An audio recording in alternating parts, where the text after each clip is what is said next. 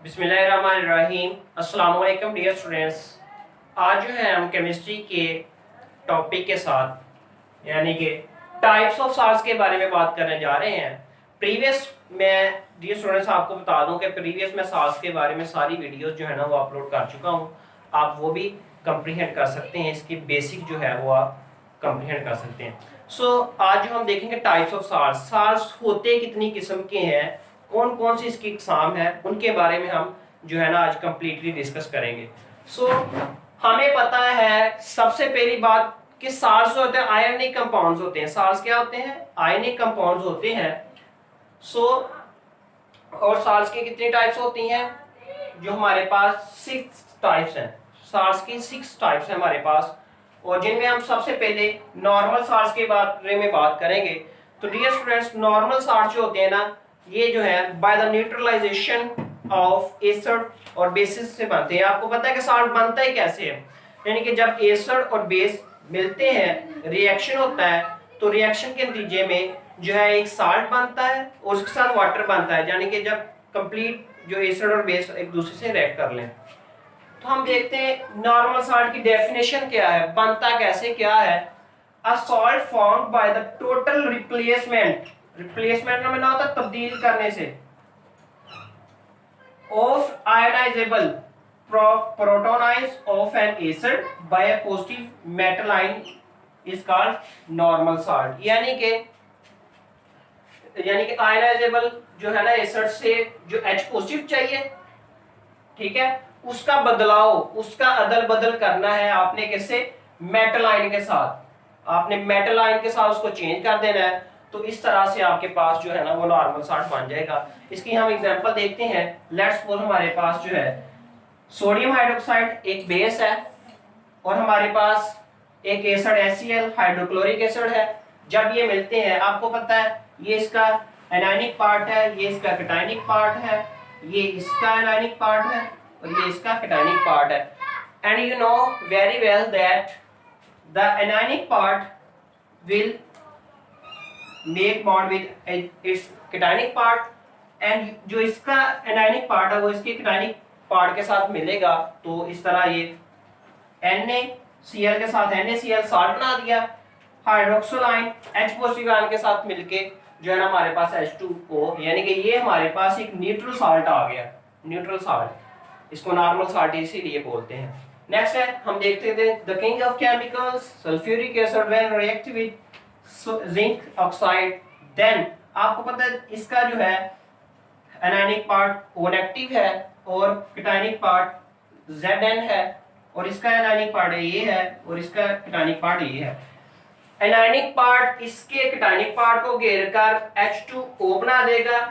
ये जिंक की valency positive 2 होती है और सल्फेट की वैलेंसी नेगेटिव 2 होती है, तो हमारे पास zinc sulphate as a salt बन जाएगा। निशानियां में जो थी, अलामतें जो थी साल्ट्स की, वो मैं आपको बता चुका हूँ कि कौन से साल्ट होते हैं, कैसे आपको डायरेक्ट पता चल जाएगा जिनके एंड पे सल्फेट या नाइट्रेट आ जाए। नेक्स्ट है फॉस्फेट, जो है हमारे पास वो जब जो है वो सोडियम हाइड्रोक्साइड के साथ रिएक्ट करेगा, आपको पता है कंप्लीट रिप्लेसमेंट होनी है। ये बात ध्यान में रखना, कोई हाइड्रोजन एसिड के साथ बाकी नहीं रहेगा। सारे के सारे जो हाइड्रोजन है वो मेटल के साथ रिप्लेसमेंट हो जाएंगे। जैसे कि ये इधर 3 हाइड्रोजन है, ये 3 नाइट्रोजन, ये इसका कैटायनिक पार्ट है, ये इसका एनायनिक पार्ट है, ये इसका कैटायनिक पार्ट है, ये इसका एनायनिक पार्ट है। ये तीनों के तीनों हाइड्रोजन हाइड्रोक्सिल के साथ मिलकर 3 जो है हमारे पास वाटर मॉलिक्यूल बना देंगे, और इधर से फास्फेट ये जो है सोडियम के साथ मिलके, सोडियम की वैलेंसी जो होती है ना वो हमारे पास पॉजिटिव 1 होती है, और फास्फेट की वैलेंसी जो हमारे पास वो जो होती है वो नेगेटिव 3 होती है। तो ये नेगेटिव 1 और इधर से ये 3 मिलके जो सोडियम फास्फेट जो हमारे पास जो है साल्ट बन जाएगा। Next nitric acid when react with ammonium hydroxide, तो क्या है इसका एनायनिक पार्ट इसके कैटायनिक पार्ट के साथ, इसका एनायनिक पार्ट इसके कैटायनिक पार्ट के साथ जब मिलेगा, तो हमारे पास अमोनियम नाइट्रेट साल्ट जो है वो न्यूट्रल साल्ट है। ये इसके जो साथ एसिड के साथ जो जितना भी हाइड्रोजन था, लेट्स सपोज इधर 1 हाइड्रोजन है, तो वो OH के साथ मिलकर H2O बना देगा। इस तरह हमारे पास डियर स्टूडेंट्स नॉर्मल साल्ट की तैयारी हो जाती है। नेक्स्ट हम देखेंगे एसिडिक सॉल्ट। ये बेसिकली आपके पास नॉर्मल सॉल्ट्स की तरह ही है, लेकिन इसमें थोड़ी सी चेंजिंग है कि जब हम कहते हैं कि इधर कंप्लीट जो है ना replacement of H positive ion of an acid, यहां पे हमने कहा ना पार्शियल पार्शियल रिप्लेसमेंट, थोड़ी आधी जितनी मर्जी जुजवी तौर पर रिप्लेसमेंट हो सकती है, कंप्लीट रिप्लेसमेंट आप नहीं कह सकते। कंप्लीट रिप्लेसमेंट होगी तो वो हमारे पास नॉर्मल सॉल्ट हो जाएगा। जब partial replacement of hydrogen positive ion की हम बात करेंगे तब हमारे पास डियर स्टूडेंट्स वो जो है एसिडिक सॉल्ट्स बनने जा रहे हैं। सो हम देखते हैं हमारे पास king of chemicals H2SO4 when react with base. तो क्या होता है, इसका जो एनायनिक पार्ट है वो इसके कैटायनिक पार्ट के साथ, यानी कि एक H जो है ना H2SO4 के साथ मिलकर, इसका जो एक H है इसके हाइड्रोक्सिल आयन के साथ मिलके H2O बना देगा, और इधर एक H रहता है, एक H और इधर वाला K, यानी कि potassium bisulphate. Dear student sulphate ये होता है सल्फेट, जिसके एंड पे SO4 आ जाए उन्हें हम सल्फेट कहते हैं, और अगर H साथ लग जाए तो उसे हम बोलते हैं बाइसल्फेट। सो ये हमारे पास पोटेशियम बाइसल्फेट, इधर देखें ये कंप्लीट जो है यहाँ से जो है ना ये सब में से जो है ना वो H गायब नहीं हुआ, यानी कि अभी भी है। सो H पॉजिटिव जो है एसिडिक करैक्टर जो है ना वो प्रोड्यूस करता है, इसलिए इसमें ये पार्ट एसिडिक है। नेक्स्ट हमारे पास जो ये रिएक्ट करता है सोडियम हाइड्रोक्साइड के साथ, तो हमारे पास इधर से एक हाइड्रोजन मिलके इधर जो है इधर वाले हाइड्रोक्सिल आयन के साथ मिलके H2 बना देता है। इधर दो हाइड्रोजन रहती हैं, एक सोडियम है, सोडियम के साथ मिलके NaH2 यानी सोडियम बाइफॉस्फेट बन जाता है हमारे पास। ये जो है ना वो इनकम्प्लीट जो है हाइड्रोजनेशन रिप्लेसमेंट हुई है हाइड्रोजन की। सो हम देखते हैं कि चूंकि ये एसिडिक है, एसिडिक सॉल्यूशन बनता है, इसलिए ये बिलियो लिटमस पेपर को जो है ना वो हमारे पास रेड कर देता है, बिलियो लिटमस पेपर को हमारे पास रेड कर देता है। सो अगर हम चाहते हैं कि इन एसिडिक सॉल्ट्स को हम न्यूट्रल बनाएं या नॉर्मल सॉल्ट्स अगर बनाना चाहते हैं, अगर हमारी ये ख्वाहिश है, तमन्ना है, तो वो हम पूरी कर सकते हैं। वो किस तरह कर सकते हैं कि जब हमारे पास एसिडिक सॉल्ट्स को हम बेसिक सॉल्ट्स के साथ मिला देंगे तो हमें नॉर्मल सॉल्ट्स मिल जाएंगे, यानी न्यूट्रलाइज सॉल्ट्स मिल जाएंगे, जिनका पीएच पर कोई असर नहीं होगा, पीएच पेपर पर या पीएच स्केल में हमें कोई फर्क नजर नहीं आएगा। लेट्स सपोज मेरे पास पोटेशियम बाइसल्फेट मैंने ले लिया है, जब मैं इसको एक बेस पोटेशियम हाइड्रोक्साइड के साथ रिएक्ट करवाऊंगा तो तब क्या होगा, इधर जो रिप्लेसमेंट H की वो इधर इसके आयन के साथ हो जाएगी, OH के साथ H2O बन गया, ये K इस K के साथ मिलके यानी कि K2SO4 पोटेशियम सल्फेट सॉल्ट बन जाता है। ये जो आपके पास ये न्यूट्रल सॉल्ट है, पहले ये न्यूट्रल नहीं था, ये एसिडिक सॉल्ट था। सो हमारे पास ये जो है नॉर्मल सॉल्ट प्रिपेयर हो गया। नेक्स्ट हम नंबर 3 जो टाइप है इसकी किस्म है सॉल्ट की, वो हमारे पास है बेसिक सॉल्ट्स। बेसिक सॉल्ट्स किन्हें बोलते हैं, इनकी क्या निशानी है, कैसे पता चलेगा कि सॉल्ट्स जो है हमारे पास वो बेसिक है। सो उसके लिए भी है by incomplete neutralisation of polyhydroxy bases. ये कैसे बनते हैं, वो तो थे एसिडिक सॉल्ट कैसे बनते हैं, H पॉजिटिव जो हाइड्रोजन की जो है एसिड की तरफ से इनकम्प्लीट रिप्लेसमेंट से, ये जो है incomplete neutralisation of polyhydroxy, polyhydroxy की जो है ना इनकम्प्लीट से बनते हैं।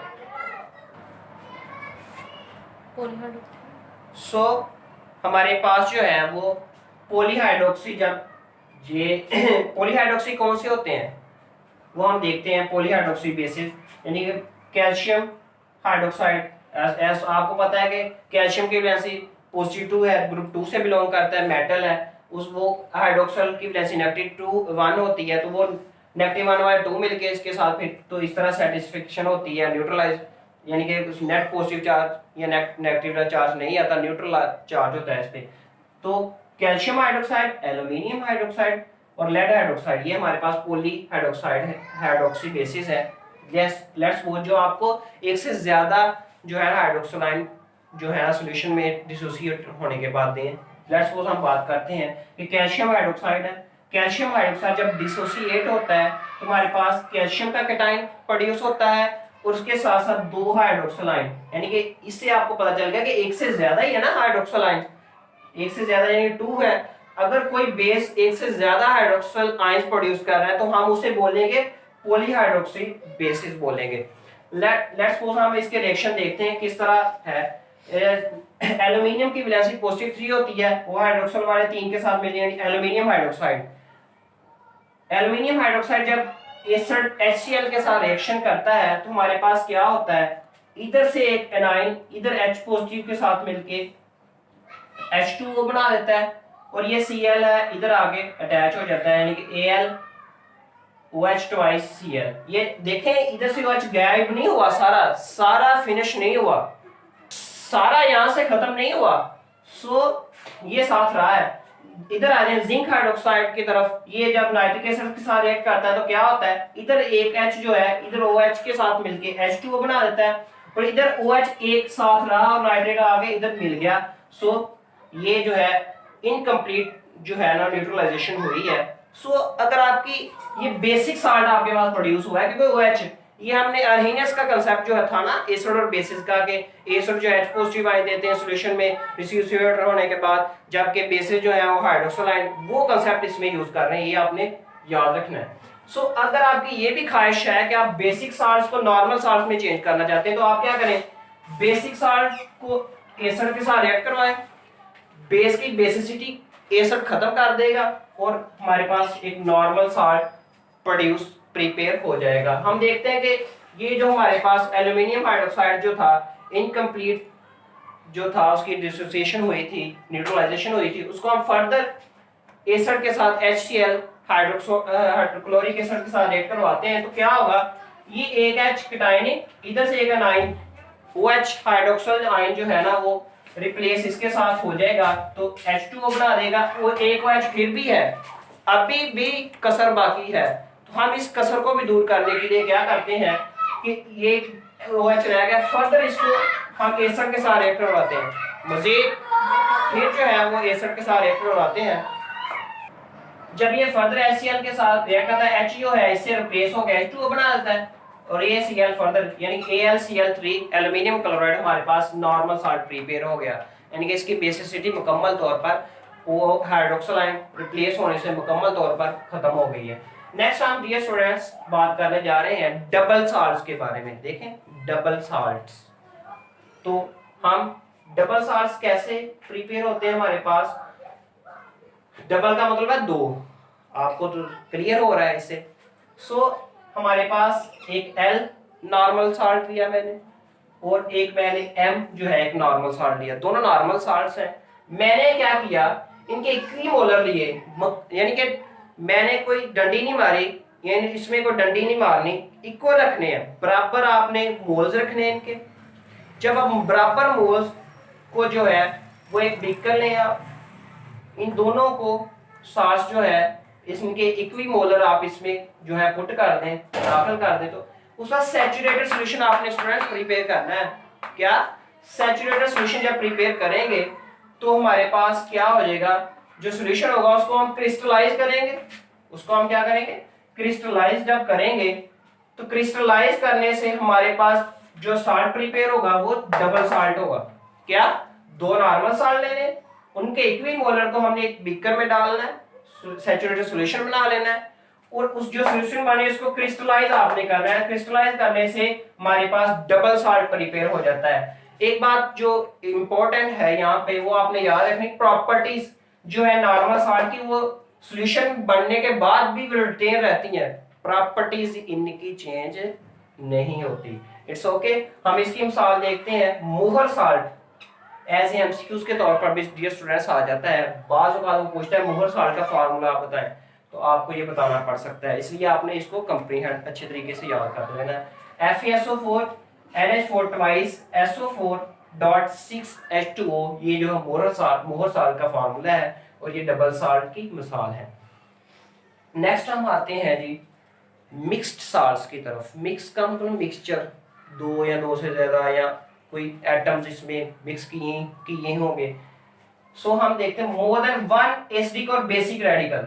देखिए मिक्स साल्ट हमारे पास कैसे बनते हैं, जब एक से ज्यादा एसिडिक या बेसिक रेडिकल्स को जो है मिक्स किया जाता है, मिलाया जाता है, फिर हमारे पास जो है ना वो मिक्स्ड साल्ट्स प्रिपेयर होते हैं। लेट्स सपोज हम इसकी मिसाल लें, ब्लीचिंग पाउडर वेल नोन है हमारे पास, कैल्शियम OCl Cl, ये इसका जो है ना वो फॉर्मूला है। नेक्स्ट है जी कम्प्लेक्स साल्ट्स की तरफ आते हैं। कम्प्लेक्स का मतलब आपको पता है पेचीदा, कम्प्लेक्सिसिटी, यानी कि जो सिंपल ना हो उसे हम कम्प्लेक्स साल्ट कम्प्लेक्स बोलते हैं ना। तो इस तरह कम्प्लेक्स साल्ट का मतलब ये कि पेचीदगी होगी, उसमें कॉम्प्लिकेटेड होगा वो थोड़ा सा। सो आपको पता है कि कम्प्लेक्स साल्ट किस तरह बनते हैं या कौन से साल्ट होते हैं। वो ऐसे साल्ट होते हैं जो आयनाइजेशन होने पर जो है हमारे पास सिंपल कटाइन प्रोड्यूस करें और उसके साथ साथ कम्प्लेक्स अनाइन प्रोड्यूस करें। जो उसका अनाइन हो वो कम्प्लेक्स हो, वो सिंपल ना हो। लेट्स सपोज हम देखते हैं पोटेशियम फेरोसाइनाइड, जब इसकी डिसोसिएशन होती है तो ये हमारे पास सिंपल कैटाइन प्रोड्यूस करता है और उसके साथ साथ ये देखें कम्प्लेक्स अनाइन हमारे पास प्रोड्यूस हो रहा है, यानी कि वो सिंपल नहीं है। ये तो सिंपल अकेला है, सीधी सीधी सी समझ आ रही। ये जो है कम्प्लेक्स है, 2 या 3 से ज्यादा जो है एटम्स आपस में जो है ना वो डिफरेंट टाइप्स के हैं, तो ये कम्प्लेक्स आपको नजर आ रहा है। सो ऐसे साल्ट को हम कम्प्लेक्स साल्ट बोलते हैं। तो ये डियर स्टूडेंट्स आज का हमारा जो टॉपिक था। नेक्स्ट है इसके यूजेस। यूजेस को मैं आपको थोड़ा वो रीड करवा दूंगा या वो पढ़ने वाला ही है वैसे, ठीक है। तो इसके साथ ही जो है ना हमारा जो आगे न्यूट्रलाइजेशन है, न्यूट्रलाइजेशन को भी हम 3-4 दफा पढ़ चुके हैं, तो इसको आपने इंशाल्लाह अच्छी तरह कंप्रीहेंड कर लेना है। चैनल को आपने जरूर सब्सक्राइब करना है ताकि आपको मैं मजीद इस तरह की जो यूजफुल वीडियोस आपके लिए बनाता रहूं इंशाल्लाह। अल्लाह हाफिज़।